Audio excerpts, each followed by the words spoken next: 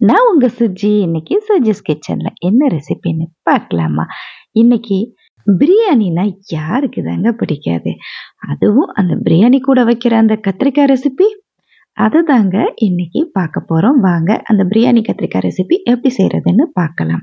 அதுக்கு ஒரு கடாயில 2 டேபிள் ஸ்பூன் வேர்க்கடலை, கொஞ்சமா தேங்காய், 1 டீஸ்பூன் அளவுக்கு எள்ளு சேர்த்து வறுத்து எடுத்துக்கங்க.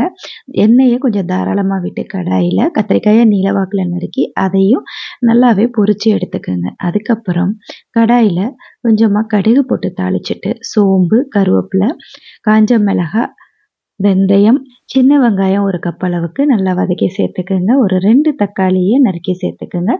1 கைப்பிடி அளவுக்கு பூண்டு சேர்த்துக்கங்க. எல்லாமே இப்போ நல்லா எண்ணெயில வதக்கி எடுத்துக்கங்க.